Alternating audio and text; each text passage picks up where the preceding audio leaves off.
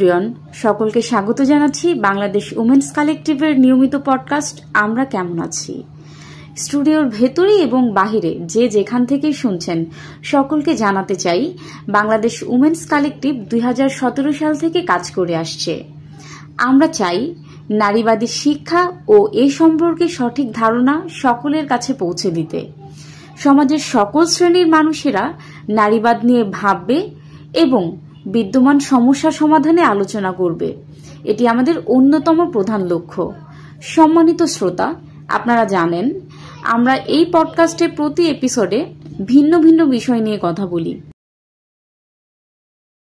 সম্মানিত শ্রোতা, বাংলাদেশ উমেন্স কালেকটিভের পক্ষ থেকে সকলকে স্বাগত জানাচ্ছি। আমি জেরি। প্রতিবারের মতো এবারেও আমাদের স্টুডিওতে উপস্থিত আছেন কয়েকজন নারী নেতৃত্ব, যারা সমাজের বিভিন্ন স্তরে বিভিন্ন কাজের সাথে যুক্ত আছেন। আজকে আমরা যে বিষয়টি নিয়ে কথা বলতে যাচ্ছি সেটি হচ্ছে মব জাস্টিস। অনুষ্ঠানের শুরুতেই আমি একটু সবার নাম বলে নিব। আমাদের সাথে আছেন চিনি, আমাদের সাথে আছেন তানিয়া, আমাদের সাথে আছেন টিনা, নিতু এবং মনিকা। আমি একটু বলে নিতে চাচ্ছি, আমি এইমাত্র যাদের নাম বললাম তারা প্রত্যেকেই এখানে তাদের ছদ্মনাম ব্যবহার করেছে এবং তারা বিভিন্ন পেশার সাথে যুক্ত আছেন। আমাদের আজকের বিষয়টি যেহেতু মব জাস্টিস, আমি আমাদের উপস্থিত যারা আছেন তাদেরকে প্রথমেই বলবো যে আমরা মব জাস্টিসটা আসলে কি, আমরা মব জাস্টিস বলতে এই সময় আমাদের মাথায় কি আসে সেই সম্পর্কে একটু শুনতে চাই। আমি শুরুতেই একটু শুনতে চাই তানিয়া আপার কাছ থেকে। থ্যাংক ইউ আপু। আমার মনে হয় আমরা যদি এটাকে মব জাস্টিস না বলে মব ভায়োলেন্স বলি তাহলে এটা বেশি প্রেফারেবল। কারণ হলো মব ভায়োলেন্স আর জাস্টিস, মব কখনো জাস্টিস করতে পারে না। ইভেন সবচেয়ে আমরা যদি মার্ডারকে সবচেয়ে নিকৃষ্ট ক্রাইম ধরি, তারও একটা জাস্টিস পাওয়ার রাইট আছে। সো মব কখনো ভালো কিছু ব্রিং আউট করতে পারে না। সো এটাকে আমরা প্রথমে মব ভায়োলেন্স বলি, তারপর ওইটা জাস্টিফাইড কিনা ওইটা আরেকটা প্রশ্ন হতে পারে। সো মব ভায়োলেন্সটা কি? মব ভায়োলেন্স হচ্ছে আমরা যদি এটাকে সাধারণত আমরা বাংলাদেশের প্রেক্ষাপটে যা দেখতে পাচ্ছি যে আমার মতের সাথে না মিললেই আমি একটা গণজমায়েত করে তাকে শেম করলাম এবং একটা ভায়োলেন্সের করলাম। সো এইটাই আসলে মব ভায়োলেন্স। যে কোনো সময় মব তৈরি করে কোনো মানুষকে তার মতের কথা বা তাকে আইনের সামনে না দাঁড়িয়ে তাকে আইনের কাঠামোতে না ফেলে যে বিচার করার প্রক্রিয়া, সেটাকেই আসলে মব ভায়োলেন্স বলে। মব ভায়োলেন্স হলে আসলে কি হয়? মব ভায়োলেন্স হচ্ছে আপনি নাগরিক অধিকার খর্ব করতেছেন। হ্যাঁ, আমি আবারও বলছি, একজন ক্রিমিনালের নাগরিক অধিকার আছে, সেটা তাকে দিতে হবে, তাকে তার কথাটা বলতে দিতে হবে। এখানে অনেক প্রশ্ন আসতে পারে, সেই প্রশ্নগুলো আমরা তুলতে পারি, কিন্তু মব ভায়োলেন্স আর জাস্টিস এক না।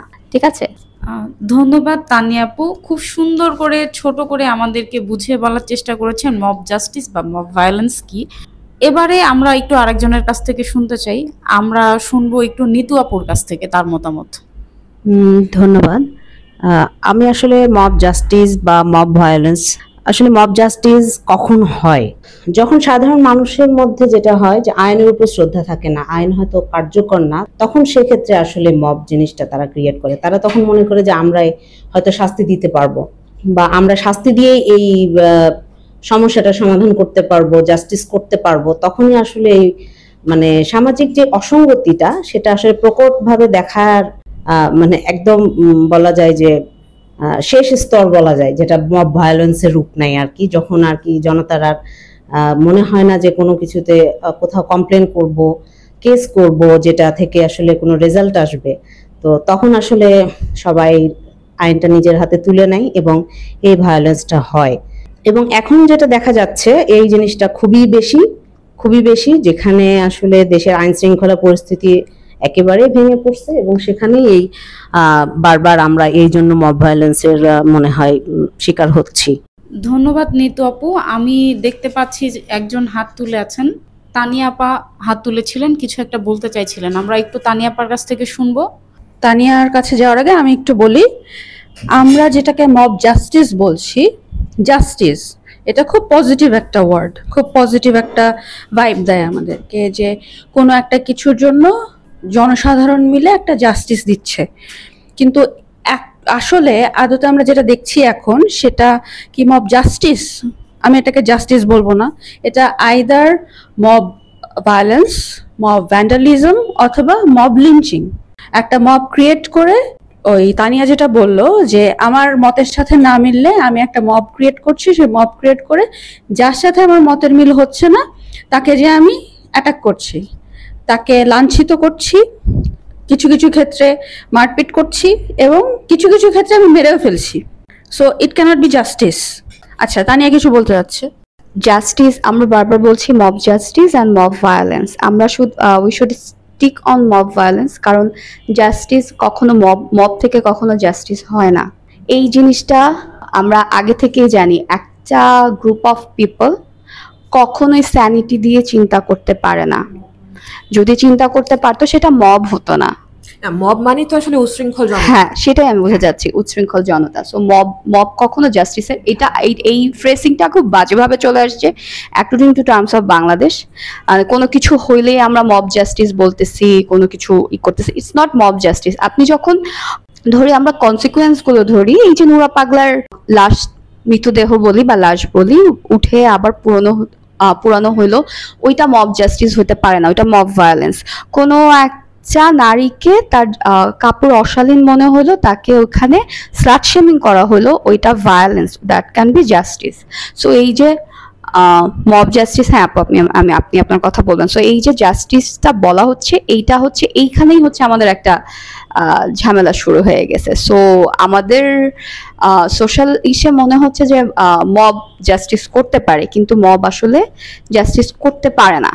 তানিয়াপুর সাথে যদি একটু যোগ করতে চাই, আমি লাস্ট যে আন্দোলনের পরে একটা ঘটনা ঘটলো ঢাকা ইউনিভার্সিটিতে, একজন মানসিক ভারসাম্যহীন এক যুবক, তাকে হচ্ছে চোর সন্দেহ করে পিটিয়ে মারতে মারতে মেরেই ফেলা হলো। আমার মনে হয় এই জায়গাগুলোকে আমরা, এটা তো কোনো জাস্টিস হইতে পারে না, এটা তো জাস্ট মানুষের সন্দেহর বশে, বা তার যদি চোর মনেও হইতো সে তো তাকে পুলিশের কাছে তুলে দিতে পারতো, নিজের তো বিচার করার কোনো প্রয়োজন ছিল না। তো আমি মনে হয় একটু কথার মাঝখান দিয়ে কথা বলে ফেলেছিলাম, তো এখন একটু শুনতে চাই আচ্ছা, হচ্ছে আমি বলি। টিনাপুর কাছে। ওর কথা আমার একটু এই মব জাস্টিসের সাথে রিলেটেড না। কথাটা হচ্ছে, তানিয়া যে বললেন যে একজন নারী শালীন পোশাক পরছেন না, সেটার জন্য তাকে মব করা হচ্ছে। এখানে নারীর পোশাকের শালীনতার বারটা কে সেট করছে? এই যে নারীর শালীনতার যে ক্রাইটেরিয়া, এটা আসলে তৈরি করে কারা? এটা যদি তৈরি করে তাহলে হচ্ছে আমরা বলতে পারি পিতৃতান্ত্রিক সমাজ তৈরি করে, প্যাট্রিয়ার্করা তৈরি করে। আসলে শালীনতাটা কার কাছে কতটুকু? সো মব জাস্টিস যদি শালীনতা নিয়ে চলে আসে, mob violence, sorry I am correcting my word, mob violence যদি শালীনতা নিয়ে আসে, এখানে যে আপু বললেন শালীনতার বারটা কারা সেট করতেছে, শালীনতার বারটা সেট করতেছে হচ্ছে প্যাট্রিয়ার্ক সমাজ, অথবা যদি বলি বাঙালি বেড়া মানুষ, from this point of view Bangali মুসলমান বেড়া মানুষ। কারণ হচ্ছে শালীনতাটা আসলে কি? শালীনতা তো আপেক্ষিক না?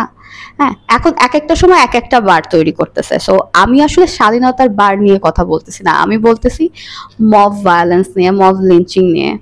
এখানে আপনি শুধুমাত্র অন্য ধর্মের হওয়ার কারণেও মব ভায়োলেন্স হচ্ছে। একটা মানুষকে চোর সন্দেহে মেরে ফেলতেছে, একটা মানুষকে অন্য ধর্মের অন্য তরিকাপন্থী হওয়ার কারণে মেরে ফেলতেছে। সো এই ভায়োলেন্স গুলো কখন হয়? আমরা যদি প্রশ্ন করি যে এই ভায়োলেন্স গুলো কখন হয়, একটা দেশে কখন এরকম উচ্ছৃঙ্খল জনগোষ্ঠী গিয়ে কোনো মানুষকে বা কোনো মনুমেন্ট বা কোনো কিছুকে ভেঙে ফেলতে পারে? যখন ওই দেশে আইনের যথাযথ প্রয়োগ থাকে না, এবং তখনই এটা সম্ভব। এই যে আইনের যথাযথ প্রয়োগ থাকে কি না, এবং এর ফলে কোন কোন দেশ থেকে কোন অতীতে আমরা কি দেখেছি বা কি করেছি, এইটা নিয়ে আমার ধারণা ভালো কথা বলতে পারবে হচ্ছে চিনি আপা একটু বলেন যদি। ধন্যবাদ সবাইকে। আসলে মব জাস্টিস বিষয়টা আমাদের বাংলাদেশে এখন এতটাই বেশি আতঙ্ক তৈরি করেছে যে আমরা ঘর থেকে বের হতেই ভয় পাচ্ছি, এবং সুযোগ পেলে যখন এটা নিয়ে কথা বলছি তখন আসলে নিজের ভেতরের কষ্ট, ক্ষোভ, রাগ সবই বোঝা যাচ্ছে। মব মানে হচ্ছে একটা ক্রাউড, জনগণ। জনগণ যখন আস্থা হারিয়ে ফেলে তখন তারা নিজেদের সামনে ঘটা যে কোনো একটা নেগেটিভ ইনসিডেন্ট বলুক বা অনাকাঙ্ক্ষিত ঘটনাকে বলুক, সেটা আইনের হাতে তুলে না দিয়ে নিজেরাই যখন তার বিচার করার চেষ্টা করে, তখন থেকে এটাকে আসলে মব জাস্টিস বলা হচ্ছে। কিন্তু এখনকার দিনে প্র্যাকটিসটা কি আসলে দেখা যাচ্ছে কেমন? এখনকার প্র্যাকটিস হচ্ছে যেটা তানিয়া বলার চেষ্টা করেছে, আমরা সবাই বলার চেষ্টা করেছি, যে আমার পছন্দ হচ্ছে না, একটা পার্টিকুলার গ্রুপের কোনো কিছু পছন্দ হচ্ছে না, তাহলে অন্য কারো কোনো আচরণ আমার পছন্দ হচ্ছে না, বা তার কোনো কাজ পছন্দ হচ্ছে না, তার আদর্শ পছন্দ হচ্ছে না, তার কোনো কথা পছন্দ হচ্ছে না, সো দলে বলে গিয়ে তাকে ধরো, তাকে আঘাত করো, তাকে মারো, পারলে পিটিয়ে মেরে ফেলো, তাকে গুম করে দাও, তাকে গলায় মালা ঝুলিয়ে দাও, কারণ কেউ কিছু বলবে না। এখনকার পরিস্থিতি হয়েছে যে আমরা জানি আমরা এটা করতে পারি, বিকজ নোবডি ইজ দেয়ার যারা আমাকে কিছু বলবে, ঠিক আছে? সো এই যে যে ঘটনাগুলো নির্ভয়ে নির্বিঘ্নে প্রতিনিয়ত যে কোনো একটা পার্টিকুলার মানুষকে টার্গেট করা, বিশেষ করে আদর্শগত পার্থক্য থাকার কারণে যে সমস্ত টার্গেটেড ঘটনাগুলো ঘটছে, দ্যাট ইজ সো স্যাড। আর এই জায়গাটায় আমরা যেহেতু ফেমিনিস্ট গ্রুপ, আমরা আসলে কোন জায়গাটাকে দেখতে পারি সেটা হচ্ছে বর্তমান প্রেক্ষাপটে, রাজনৈতিক প্রেক্ষাপটে, আমাদের কালচারাল প্রেক্ষাপটে, আমাদের ল এনফোর্স এজেন্সি কতটা ইনঅ্যাক্টিভলি পারফর্ম করছে, সেই জায়গাটা থেকে আমরা নারীরা কতটা মব জাস্টিসের শিকার হচ্ছি, কোন কোন জায়গাটায়। আমরা এর আগের একটা এপিসোডে কথা বলছিলাম যে সেক্সুয়াল হ্যারাসমেন্ট, আমার কোনো নারী সহকর্মী বা কোনো বন্ধু যদি কপালে টিপ পরে কোথাও যায়, তাকেই মব জাস্টিসের শিকার হতে হয়েছে। ইজিলি টার্গেট করা যায়, হ্যাঁ আপনি টিপ পরে ঘুরছেন কেন, আপনি কেন আল্লাহ বিল্লাহর নাম নিচ্ছেন না, আপনার মাথায় কাপড় নাই। রেল স্টেশনে একটা বাইরের থেকে আসা এক নারীকে বোরকা পরা নারীরা পর্যন্ত আক্রমণ করেছে দলবল নিয়ে, যে কেন তার পোশাক এরকম, বাংলাদেশের কালচারে সে এরকম একটা ট্রেনে উঠেছে, সে জিন্স পরা, কেন জিন্স পরবে, টপ পরে, সে কেন জিন্সের প্যান্ট আর টপ পরে যে রেল স্টেশনে ঘুরে বেড়াচ্ছে, সে কেন এটা করতে পারে না, তাকে আঘাত করা হয়েছে। এবং বীর দর্পে তারা মিডিয়ার সামনে কথা বলছে, মানে কতটা দুঃসাহসিক ব্যাপার হতে পারে।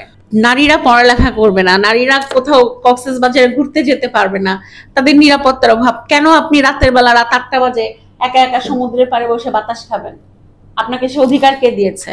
আপনাকে সে অধিকার কেউ দেওয়া হয়নি। সেই নারীকে হেনস্থা করা হচ্ছে, তার মোবাইল কেড়ে নিয়ে যাওয়া হচ্ছে। সে যখন থানায় সাহস করে গিয়ে বিচার চাচ্ছে, উল্টা থানার লোকজন তাকে আরেকবার মক জাস্টিসের আওতায় নিয়ে আসছে। এখন আমার অনেক বন্ধু বান্ধব এরা এবং মিডিয়াতেও অনেকদিন কথাবার্তা আমি শুনেছি যে আসলে এটাকে জাস্টিস বলা যাবে না, সঙ্গত অর্থে এটাকে জাস্টিস বলা যায় না।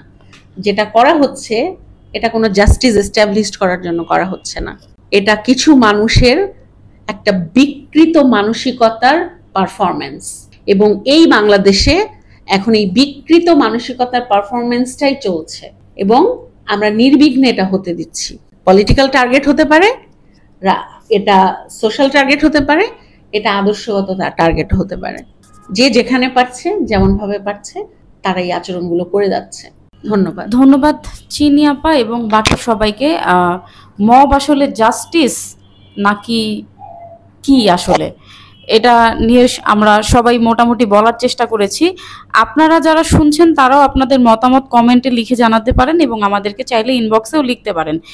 এই আলোচনার এই পর্যায়ে আমি একটু জানতে চাই, এই ধরনের এই যে পরিস্থিতির মধ্যে দিয়ে আমরা যাচ্ছি, এই যে মবদের আনাগোনা আশেপাশে, তো এই পরিস্থিতিগুলো তো আন্তর্জাতিকভাবে বিভিন্ন দেশেও হয়ে থাকে বা হয়েছে অতীতে।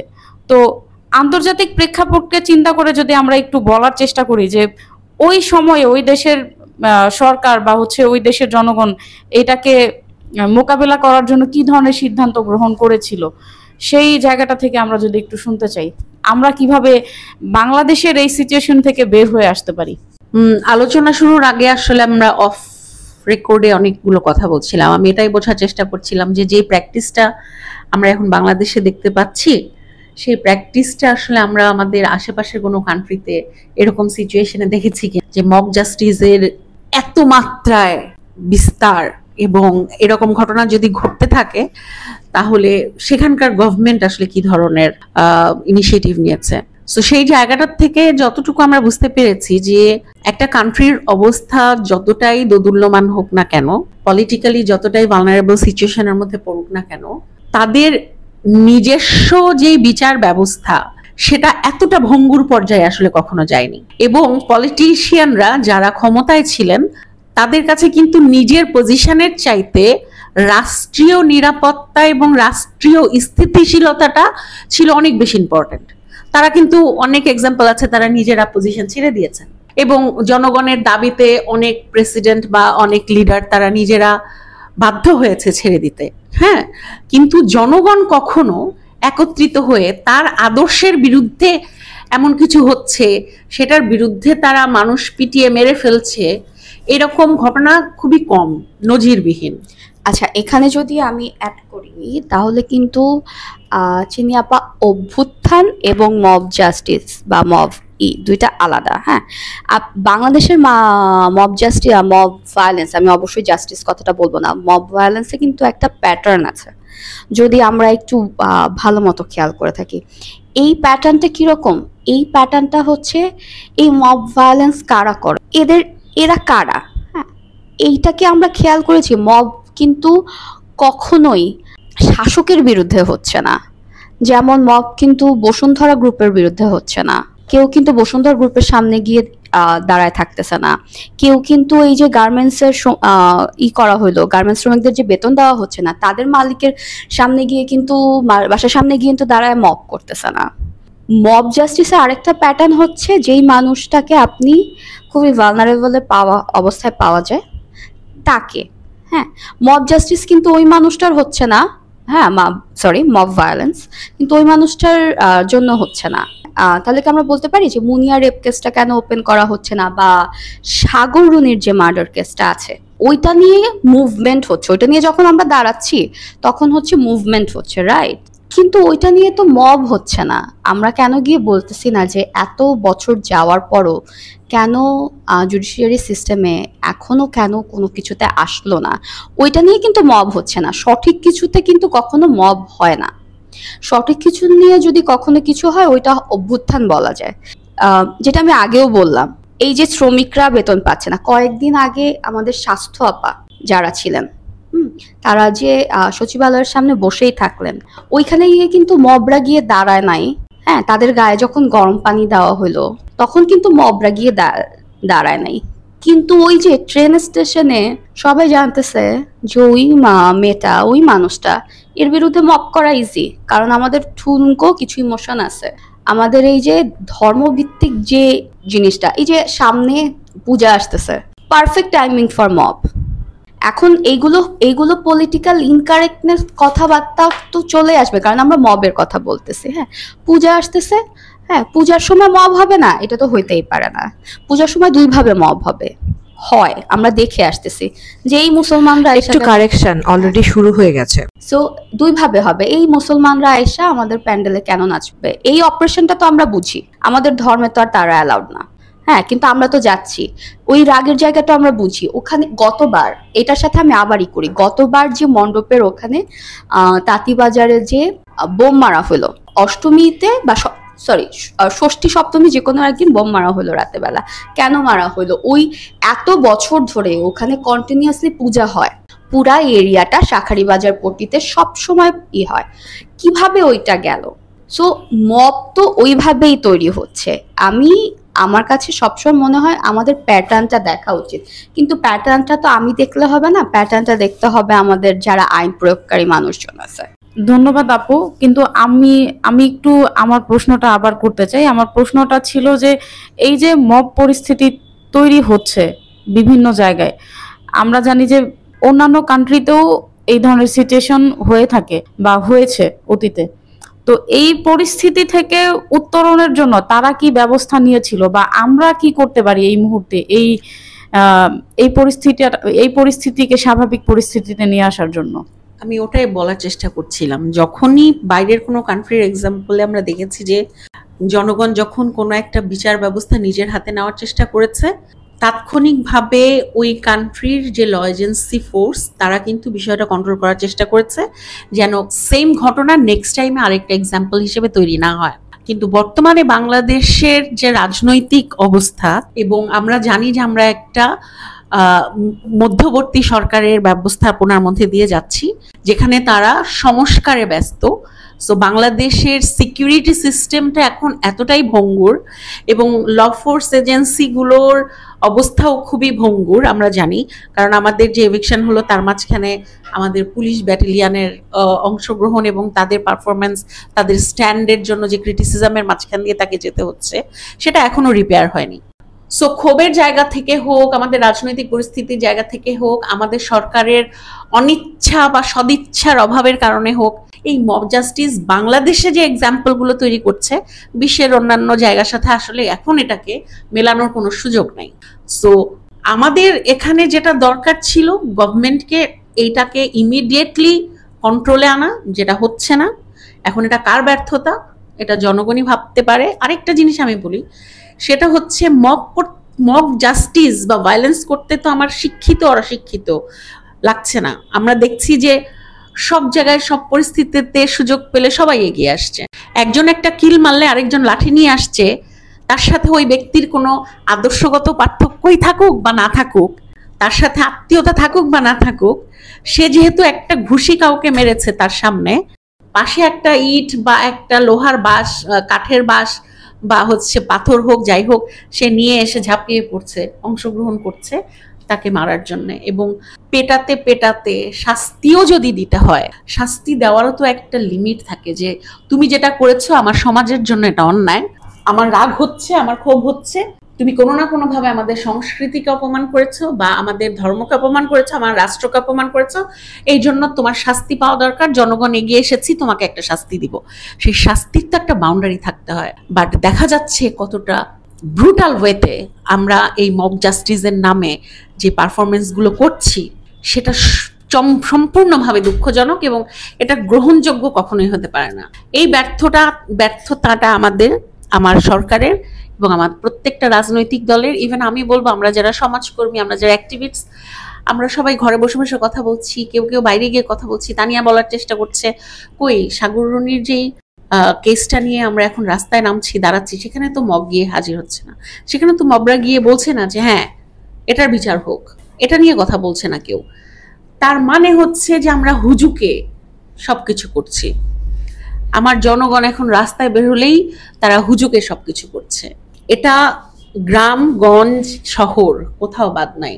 তো এটার কারণে কাকে রেসপন্সিবিলিটিস নিতে হবে, কে রেসপন্সিবিলিটিস নিবে?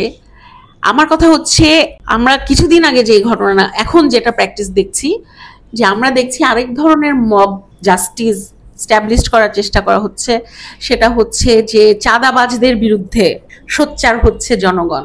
আমরা ফেসবুকে দেখছি চাঁদাবাজরা চাঁদা নিতে আসছে, এবং সেখানে আশেপাশের জনগণ চাঁদাবাজদেরকে ধরছে, সবাই মিলে পেটাচ্ছে, চাঁদাবাজরা দৌড়ে পালানোর চেষ্টা করছে, এবং আমরা ফেসবুকে কি করছি, লাইক দিচ্ছি, শেয়ার দিচ্ছি, ভালো হচ্ছে। তার মানে কি, এক ধরনের মনের ক্ষোভ মেটাচ্ছি যে চাঁদাবাজি তো চলতে পারে না।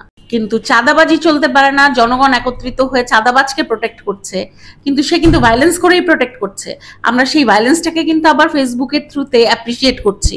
এখন ফিজিক্যাল মব জাস্টিস একরকম, আমরা এখন যদি সোশ্যাল মিডিয়ায় মব জাস্টিস কি হচ্ছে না, আমি কারো নাম নিচ্ছি না, রাজনৈতিকভাবে যেই নারীরা অংশগ্রহণ করছে তাদের নামে কতটা নেক্কারজনকভাবে সোশ্যাল মিডিয়া ইউজ করে মব করার চেষ্টা করা হচ্ছে আমরা জানি, মব জাস্টিসের আওতায় আনা হচ্ছে আমরা জানি।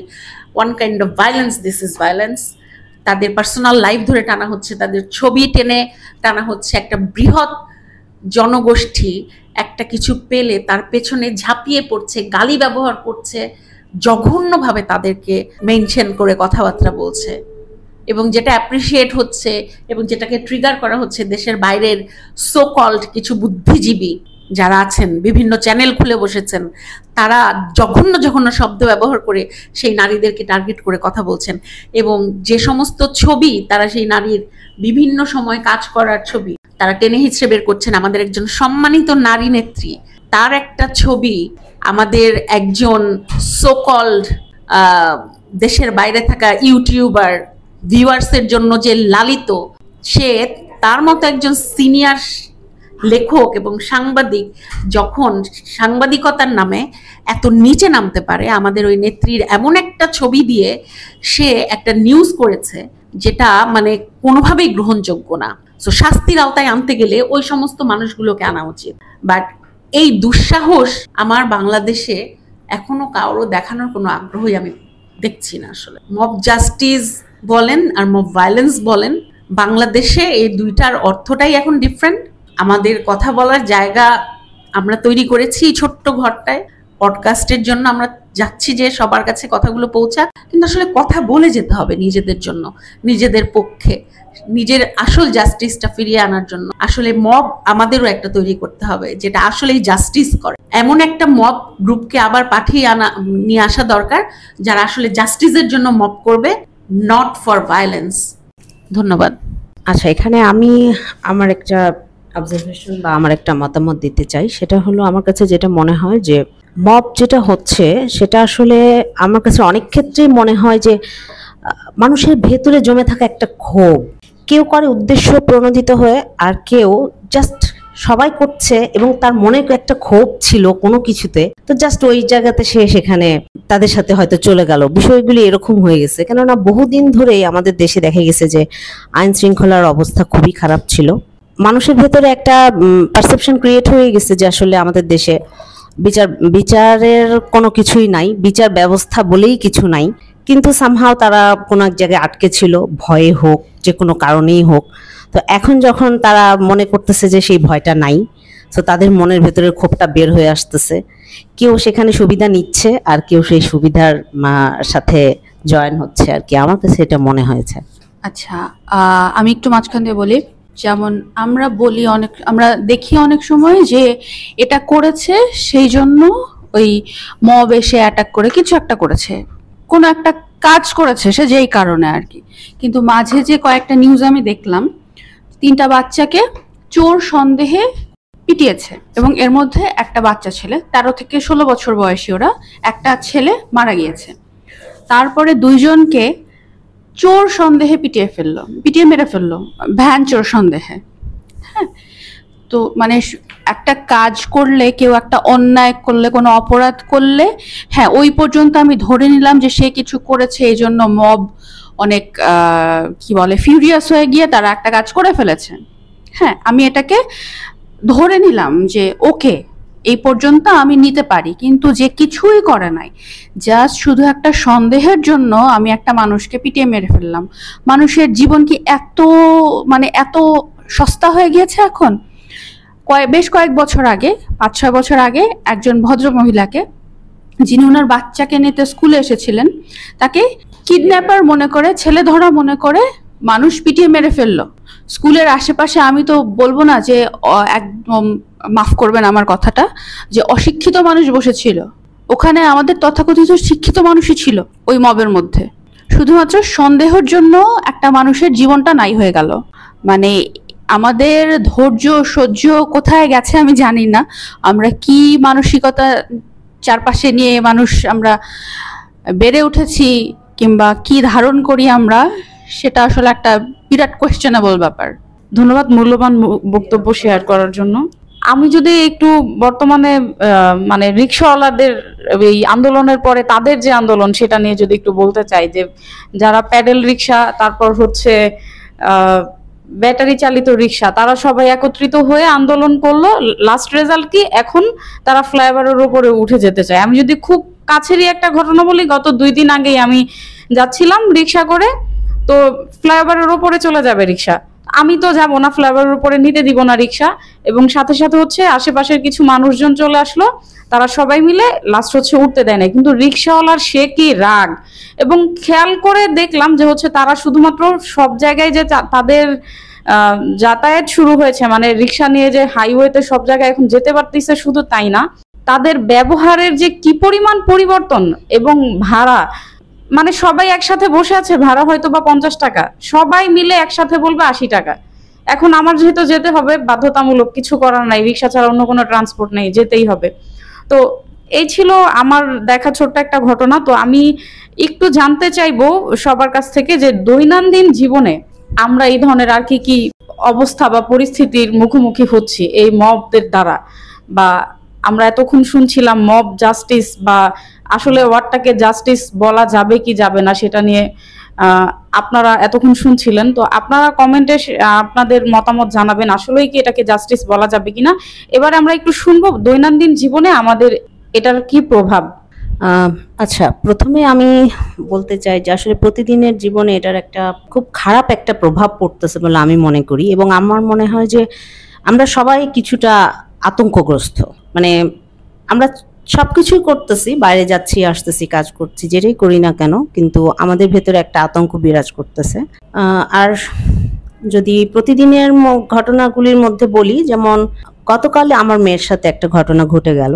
একজন মানুষ হুট করে এসে তার সাথে পরিচিত হওয়ার চেষ্টা করলো, এবং সে নানা রকম অনেক প্রশ্ন করছে, হাত ধরে টানাটানির চেষ্টা করছে। কিন্তু সেই মুহূর্তে আমার মেয়ের মাথায় আসতেছে যে তার মনে হচ্ছিল আমি কিছু করলেই হয়তো মবের মতো চারপাশ থেকে আরো 4-5 জন তাকে ঘিরে ধরবে। সে যে কথা বলবে ও ভয় পাচ্ছিল, যে যেহেতু সে টিভিতে দেখতেছে, নিউজ পড়তেছে যে এরকম হয়, একজন কথা বলতে আসে তারপরে আশপাশ থেকে 4-5 জন এসে হয়তো ঘিরে ধরে বা একটা মব ক্রিয়েট করার চেষ্টা করে। এই ভয়ে সে কথা বলতেছে না, সে উত্তর দিচ্ছে না। কতটা আতঙ্কগ্রস্ত হলে মানুষ প্রতিবাদ করতেও ভুলে যায়। আসলে আমার মনে হয় যে এটা এখন সবার মনের ভেতর ঢুকে গেছে যে কিছু একটা হয়ে যাবে এই বিষয়টা। লাইফে, ডে টু ডে লাইফে তো একটা প্রভাব আছেই। একটা হচ্ছে মানসিক চাপ, সেটা হচ্ছে ঘর থেকে বের হতেই এখন একটা মানসিক চাপ। আপনি টিভি খুললে বা চ্যানেলগুলো খুললে বা নিউজ পড়তে গেলেই আপনি বিভিন্ন জায়গায় বাংলাদেশের এই অসঙ্গতিগুলোর নিউজ আপনি পাচ্ছেন। আপনি দেখতে পাচ্ছেন ইট হাতে নিয়ে পিটিয়ে পিটিয়ে চোখের সামনে একটা জলজ্যান্ত মানুষকে মেরে ফেলে তার মৃতদেহের উপরে দাঁড়িয়ে উল্লাস করছে আমারই আরেক ভাই বাঙালি। সো এগুলো কোনো না কোনোভাবে তো আপনাকে আতঙ্কগ্রস্ত করে, মনে পীড়া দেয়, রাগ তৈরি হয়, এবং আপনার মেন্টাল যে স্ট্যাবিলিটি সেটাকে তো আসলেই একটা চরম বিপর্যয়ের মুখে নিয়ে যায়। আপনি তখন বাসা থেকে বের হলেই আপনার উপরে কেউ যদি রেগে বা গলার টোন চেঞ্জ করে কোনো কথা বলে, আপনিও কিন্তু পাল্টা আক্রমণ করার চেষ্টা করবেন, কারণ আপনার একটা মেন্টাল স্ট্রেস নিয়ে আপনি ঘর থেকে বের হয়েছেন।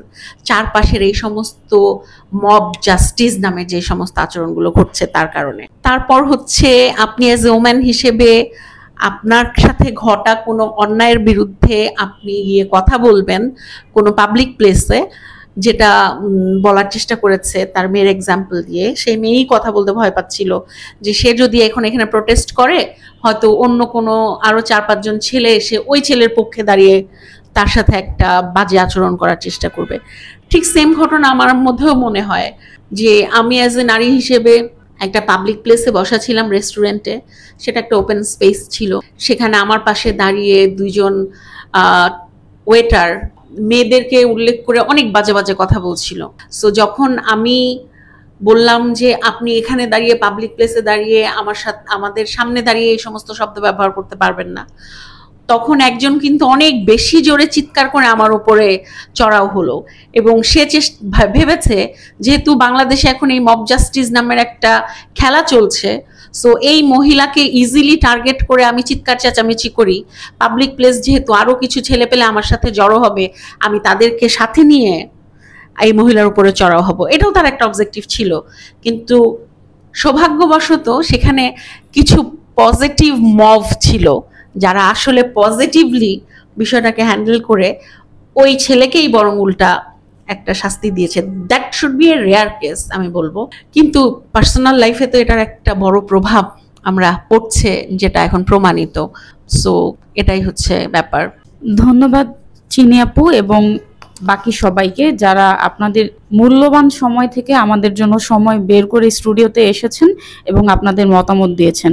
শ্রোতা বন্ধুরা, আপনাদেরকে বলতে চাই, আপনারা যারা শুনছেন বা এতক্ষণ ধরে আমাদের সাথে থেকে আপনাদের মূল্যবান সময় দিয়েছেন, এবং আপনাদেরকে অনুরোধ করতে চাই আমাদের আজকের এই বলা কথাগুলোকে ছড়িয়ে দিন, আপনার ওয়ালে ছড়িয়ে দিন এবং সর্বস্তরের মানুষের কাছে পৌঁছে দিন, যাতে করে আমরা সবাই একটি জায়গায়, একটি চিন্তার জায়গায় একত্রিত হতে পারি।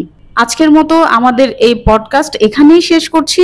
পরবর্তী এপিসোডে অন্য কোনো একটি টপিক নিয়ে আমরা আবারও আপনাদের সাথে চলে আসব কথা বলার জন্য। ততদিন পর্যন্ত আপনাদের সকল সুস্বাস্থ্য কামনা করছি। দেখা হবে পরবর্তী পর্বে। ধন্যবাদ সবাইকে।